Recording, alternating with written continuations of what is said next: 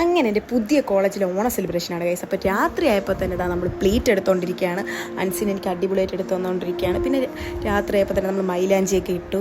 പാവം ഇവർ രണ്ടുപേരും കൂടെ ഒരുപാട് നേരം എനിക്ക് മൈലാഞ്ചി ഇട്ട് തന്നു. പക്ഷേ നല്ല ഭംഗിയുണ്ടായിരുന്നു പിറ്റേ ദിവസം. പിന്നെ അതിന് ഞാൻ രാവിലെ ഇറങ്ങി. അപ്പോൾ ഇതാണ് ഗൈസ് കണ്ട മൈലാഞ്ചി നല്ല കറുത്തിട്ടുണ്ടായിരുന്നു, നല്ല രസമുണ്ടായിരുന്നു. പിന്നെ ഇതാണ് ഗൈസ് നമ്മുടെ ഡിപ്പാർട്ട്മെൻറ്റിലെ അത്തപ്പൂക്കളം. നമ്മളിതാ പരിപാടിയൊക്കെ കണ്ടുകൊണ്ടിരിക്കുകയാണ് എല്ലാവരും.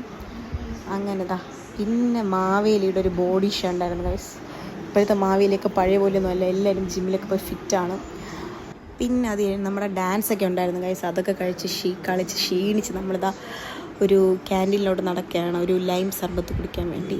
അങ്ങനെ അത് കുടിച്ചപ്പോൾ ഭയങ്കര ആശ്വാസമായി. പിന്നെ അത് കഴിഞ്ഞിട്ട് നമ്മൾ നേരെ നമ്മുടെ മെയിൻ സംഭവമായ ഓണസദ്യയിലോട്ട് എത്തിയിരിക്കുകയാണ്. അങ്ങനെ എല്ലാവരും വിളമ്പി കൊടുക്കാനൊക്കെ വേണ്ടി നിൽക്കുകയാണ്. എല്ലാവരും ഉണ്ട്.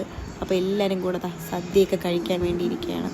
അങ്ങനെ സദ്യയൊക്കെ വന്നു. അൻസീന വീഡിയോ എടുക്കണോണ്ട് പ്രൊഫഷണലായിട്ട് തിന്ന് സൂപ്പർ എന്ന് പറയണം. പക്ഷെ അത് കിട്ടിയില്ല ഗൈസ്.